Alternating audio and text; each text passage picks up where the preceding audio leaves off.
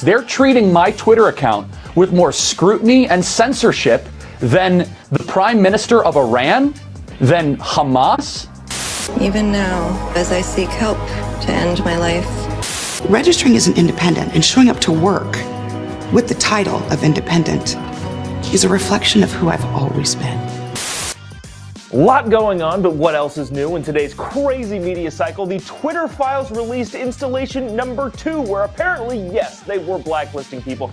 Arizona Senator Sinema has left the Democratic Party. Find out why. Also, Canada will assist you with your suicide and a bunch of, some fun personal stuff. All that coming up, and coming up on this episode of Daily Caller Live. My name is Jobob. Daily Caller Live starts right now. 2, 1. Here we go! Might be the only brown guy on earth named Jobob. That is actually their name, Jobob.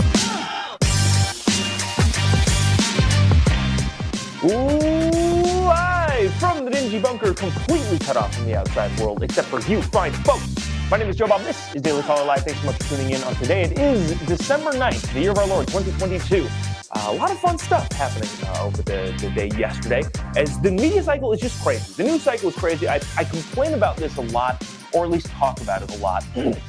But yesterday, huge news out of Twitter yet again. And look, I know people are probably tired of hearing about Twitter, but I feel like it's important. Like, it's important to the national conversation, to the political conversation, to all of the different conversations. Also some news on apparently the Democrats no longer have a majority in the House. If you count Sinema from Arizona being no longer part of the Democratic Party, and then the whole Canada thing.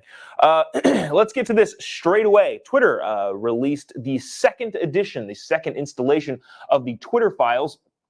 This reporting done by Barry Weiss, the former, she worked at the New York Times, but I don't know what her actual title was. I want to say editor-in-chief. Like, she was a big wig over at the New York Times and decided to leave because of their crazy policies over there, again, at the New York Times.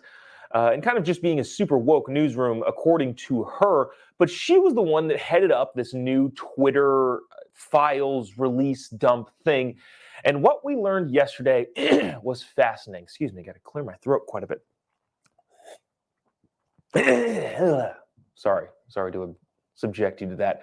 But listen to this. All right, so we're going to break this down as best as we can. We're also not going to spend so much time on it because I feel people being rolling their eyes and going, Twitter again. But really, like, so how long have conservatives / freedom lovers been complaining about being shadow banned and censored and kicked off of social media platforms? And every time they say something, a bunch of your lefty Twitter people say, no, that's not happening. There's no way that's not happening. Don't worry about that. That's not happening. It's just in your head. It's a form of gaslighting, basically. If you're familiar with that term, gaslighting is trying to make you believe something that isn't real is real, or something that is real isn't real, and saying, no, what are you, crazy? Come on. But that's what's been going on at Twitter for a very long time. This is from Barry Weiss again of, I think she's a Substack person. She's an independent journalist now. She used to work for the New York Times. Fantastic journalist. Don't always agree with her, but she's great. She says, a new Twitter investigation reveals that the terms of Twitter employees built a blacklist to prevent disfavored tweets from trending and actively limited the visibility of entire accounts or even trending topics, all in secret without informing users. Twitter once had a mission to give everyone the power to create and share ideas, information instantly without barriers. Along the way, those barriers nevertheless were erected.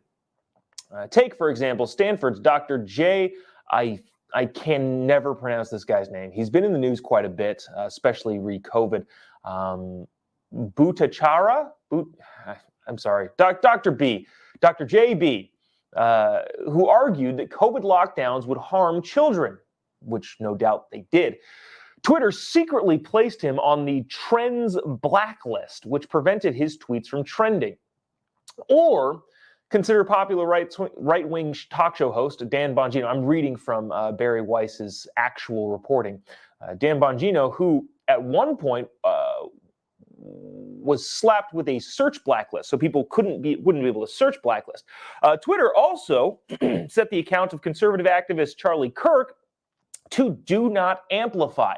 I know Charlie pretty well, and he's been complaining about this for a very long time. And turns out it was true. Turns out he was right. We have a clip of him on Tucker Carlson talking about this that we'll play for you in a quick second. We'll get through more of this in a little bit. Twitter denied such things. In 2018, Twitter's Vijay Gad, the head of legal policy and trust, and Kavan Kavan B, head of product, said, "We do not shadow ban." They added, "We certainly don't shadow ban based on political viewpoints or ideology, except for they do." We all knew that.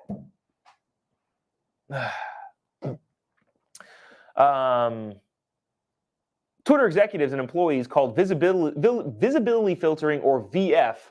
Multiple high-level sources confirmed this meaning. So VF is what they called it, visibility filtering. We're not going to show your ideas and thoughts if we don't agree with you politically.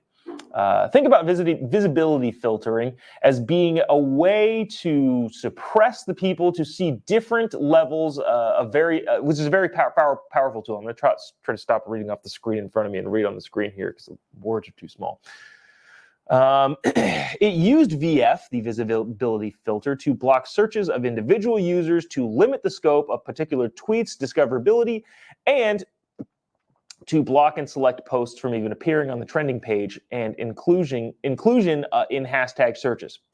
Internal teams made the decisions with big people. Oh, okay, that's me giving myself a note, which I didn't annotate properly. So basically, everybody was involved, including Jack Dorsey, CEO, Parag Agarwal, which was the former CEO after Jack, Vijay Gad, Yoel Roth. These are all names that, if you're following this story super closely, you probably have heard. They censored a bunch of people. One of the accounts that rose to scrutiny was Libs of TikTok, an account that was on the Trends blacklist and designated as do not take action on user without consulting this other Twitter thing. Okay, look, all right. The bottom line here is they censored stuff. We've known that for a long time, or at least we've speculated that for a long time. Now it's actually true and in the air. I won't go on further reading all of these tweets. They're fascinating, by the way. Go to Barry Weiss's Twitter account and you can read all of them. But I want to get to this clip just so we don't dwell on this because I know we're tired of Twitter stories. Watch this clip from Tucker Carlson with Charlie Kirk yesterday. Charlie Kirk being one of the activists, one of the Twitter users, Barry Weiss says an activist, which I think he would call himself an activist. Anyways, Charlie Kirk, who definitely got his Twitter account shadow banned and has been saying so for a long time, and explains his situation here. Oh, also, by the way, before you do anything, if you would click the little like button down here and the little share button, would really, really appreciate you doing that. Helps us out quite a bit, especially if you're watching on Facebook. Keep the ball rolling and keep doing this show every single day, because I like doing it every single day, even though I'm dead tired. I'll explain some of that later. Anyways, watch this clip from Tucker Carlson and Charlie Kirk discussing the Twitter shadow banning that wasn't happening, but definitely was. I started to talk about this a lot, Tucker, and I was called a conspiracy theorist. I was smeared, and I started to email the people that I Yes, exactly. Wait, you're QAnon. I'm like, wait, hold on a second. I used to get 115,000 retweets, and then it's kind of one of those things, right, Tucker, where they convince you to stop talking about it because you sound like, okay, who cares about your Twitter account? Not a big deal. And now you see actual verified documents where my Twitter account was labeled as do not amplify, NSFW, which I could only infer means not safe for work. Other like threat tags, they're treating my Twitter account with more scrutiny and censorship than the Prime Minister of Iran, than Hamas, than people that do actual terroristic type damage. And now we have evidence to show that's exactly what my Twitter account the last couple of years has been down 95% in engagement. They saw what I had to say as a direct threat to the regime. Pretty interesting point there. Yeah, Charlie Kirk was being treated worse than the Ayatollah on Twitter. Not cool, dude. Twitter. Jeez. All right, like I mentioned, we won't dwell on that. I do have to get to this, though, also a Twitter story, because I think this is freaking fascinating, too. Adam Schiff, remember him? He lies a lot in front of Congress and in front of the world and in front of everyone. He is on the Intel Committee. I believe he chairs the Intel Committee in Congress. Somebody fact check me on that. I don't actually know. But he has made a lot of claims, especially during, remember, Donald Trump's whole Russia collusion thing? Hey, he definitely colluded with Russia. I don't know why I did that voice. Adam Schiff does not sound like that. He's a California congressman. He doesn't sound like a deep woods, Wyoming congressman. So pardon the bad impersonation. But Adam Schiff, known liar Adam Schiff, remember he oftentimes said, I've seen evidence of Donald Trump colluding with Vladimir Putin in Russia, and it will be made clear as soon as we make it clear. And none of that stuff ever came to fruition. He'll claim it did. He'll claim that, like, oh, well, we arrested, what is the guy's name? Paul Manafort. That had, like, almost nothing to do with Donald Trump himself. Probably a bad hire, President T, but, you know, such as political maneuvering. Anyways, Adam Schiff lies a lot about his stuff and said something pretty interesting that Elon took heat at. So this is pretty dang interesting. So Adam Schiff tweeted this: slurs against black people have tripled. Slurs against women are up 33%. Slurs against Jewish people are up 61%. This is all on Twitter, he's claiming. And slurs against gay men are up by 58%. These numbers are abysmal and unacceptable, says Adam Schiff. Today, Mark Takano and I are demanding action, he says. Elon tweeted back and just said, false. Hate speech impressions are actually down by 1/3 for Twitter users now prior to acquisition. If you're going to lie to the American people, as Adam Schiff does time and time again, unfortunately, the voting populace in a lot of ways isn't going to hold you accountable for it, which is not cool. But you know, that's politics nowadays. I wish more people were involved and more people in Adam Schiff's district could recognize, oh yeah, dude, this guy is a big fat freaking liar. But if you lie about a person or their business or something like that, and that person does not take kindly to those things being said about them, like Elon Musk has, be prepared for receipts. Elon Musk says, you're just wrong factually. And I don't think he's going to let this one go. Adam Schiff then replied and said, Elon, under your leadership, neo-Nazis, homophobes, and racists are flocking to Twitter and spewing hate speech. Notice that Adam Schiff had backed off of all of the numbers and percentages and, oh, this is increased and this and that and this. Because he can feasibly make that claim without, it's super dishonest, but he could, I guess, feasibly say, I don't know, if three, and I don't like using the, I don't like these terms, right? But if three people that nobody likes or nobody agrees with go on to Twitter, log on to Twitter now because Elon Musk is owning it, or just, I don't know, in general, log on. He can make the claim, well, yeah, look at these three people that are flocking to Twitter together. But again, notice, I think, when you look at Adam Schiff's response to Elon, he leaves out all of the numbers that would have supported his original statement. So there is that. He continued on to say, your denial would be more credible if it was backed by any real evidence. Dude, Adam, what do you think is going to happen, man? Like, Elon's going to come back and he's going to say, like, okay, here's the evidence. Here's all of it. And you're going to look like an idiot. Come on, dude. Be less idiot. All right. I don't need to read any more of that. I want to get to this because this is we talked about this a couple days ago. This whole Canadian assisted suicide thing is gnarly. Canada, the Canadian government, in 2018 made assisted suicide legal, and the parameters around that are concerning. So I talked about this yesterday on OAN. Basically, these numbers are going to blow your mind. And I'm guest hosting this show on OAN for Dan Ball in the evenings. If you don't watch it, you should. It's a fantastic program. Even when I'm not on it, he does a great job. I was reading the script for the show because we talked about this yesterday. It's the MAID program that Canada has. It's government-assisted suicide. It's very, very sketchy to begin with. But one of the writers on the show was writing the script, and I was reading through it, and it said 30,000 people in Canada have been killed by this government-assisted suicide program since 2018 when it was implemented. And I looked up from the computer like, hold on, can we check this number? I don't want to say 30,000 people without like verified proof that this is legit. And he's like, yeah, I saw it from this website. Okay, I didn't really trust the website. I was like, not like, all right, I don't want to say this if it's going to be just this balloon number. But then he did find this writer-producer, Tom is his name. Thanks, Tom, for doing some of the due diligence on this. He did find a CTV article, which is Canadian news, said that 7,600 people alone in 2020 were euthanized under the Canadian Assisted Suicide Program, which is a lot.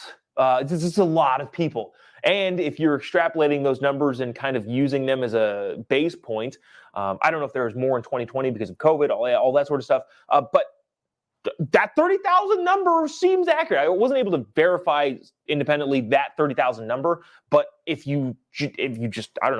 this 5 years ago, this has been in place, and if you multiply 7 times 5, that those numbers are right, which is wild. But let's look at this. So this is an article. Okay, so Canadians Veterans Affairs Office offered assisted suicide. Okay, so this is why this is breaking, or not breaking, but prominent news. Canadians Veteran Affairs offered an assisted suicide to a Paralympian and a veteran to commit suicide when she sought to have a wheelchair lift installed in her home. A woman told lawmakers.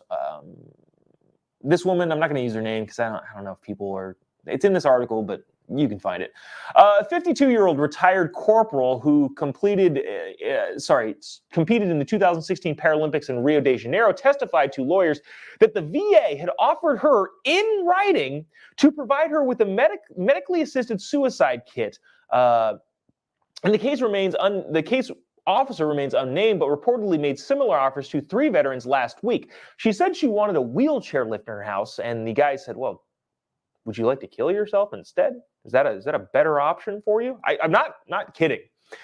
Yesterday on OAN, I don't have the script in front of me, but we talked about a 61-year-old guy who was hospitalized for suicidal thoughts, and then said he wanted to get out, told his brother, I guess, he wanted to get out, and then and then a couple months later, he had submitted a euthanasia request and was killed.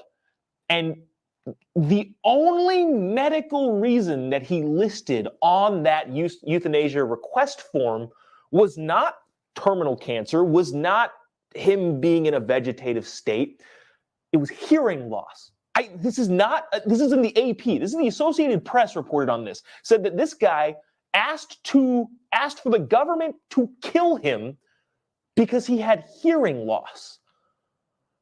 And obviously it gets sketchy from there, right? If somebody submits an application in a hospital and they're mentally deranged or just have mental problems, don't really know what they're doing, are they aware of the implications of this thing? And once they're dead, there's no going back from that. If you put somebody in an institution, and if you institutionalize somebody, which, I say, be very, very, very careful about doing that. At least there's some sort of recourse. You can just let them out. But in this instance, this guy just got killed. Like, he's dead now. And the family's like, hey, did he actually submit this? What is happening here? I think that happened in 2019, and the family's still trying to figure out what's going on. Bottom line is here, government-assisted suicide is a problem. A lot. But even then, it's being promoted in the society, and that's why I wanted to play this commercial. The whole lead up is to get to this commercial. This is a commercial from a fashion company, no less, talking about the positives of government-assisted suicide and how it might affect your life. Check this out. This is wild. This is like a 30 seconds of a longer, like 3-minute commercial.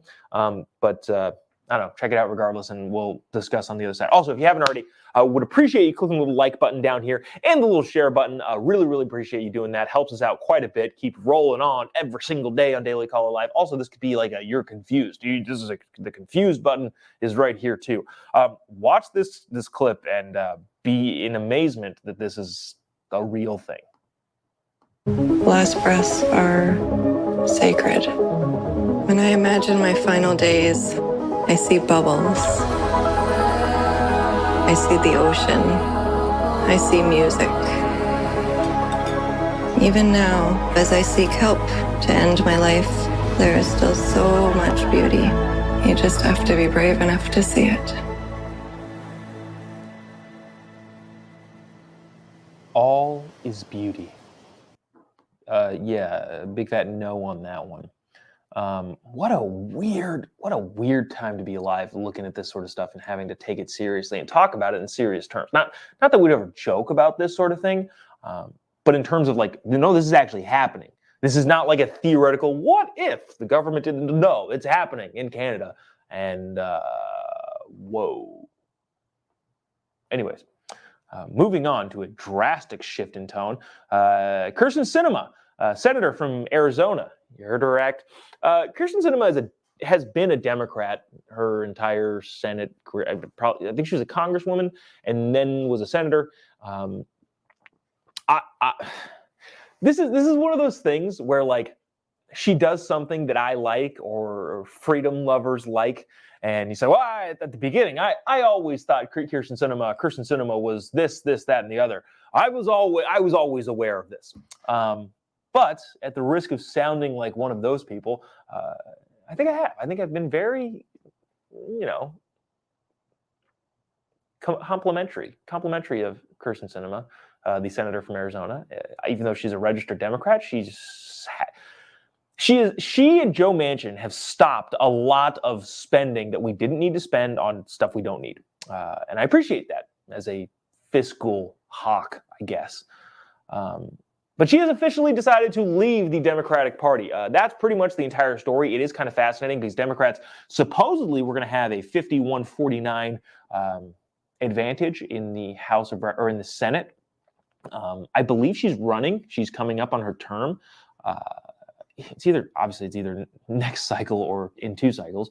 I believe she's coming up on her term and doesn't want to be a Democrat in 2024. I think she's probably looking at the writing on the wall and seeing that Democrats are probably, well, we said that in the midterms, but okay, if you look at what seats are up in 2024, the Republicans should, I roll my eyes when I say this, they should, in theory, take back the Senate. And I know that sounds like a weird thing to say, especially of how Republicans lost a seat in the red wave in this midterms, but a lot more Democrat seats are up and a lot more opportunity for Republicans to take them in the next election cycle. Anyways, all that being said, she's probably seeing the writing on the wall. It's like, I don't want to be a part of this Democratic Party, and I'm going to leave.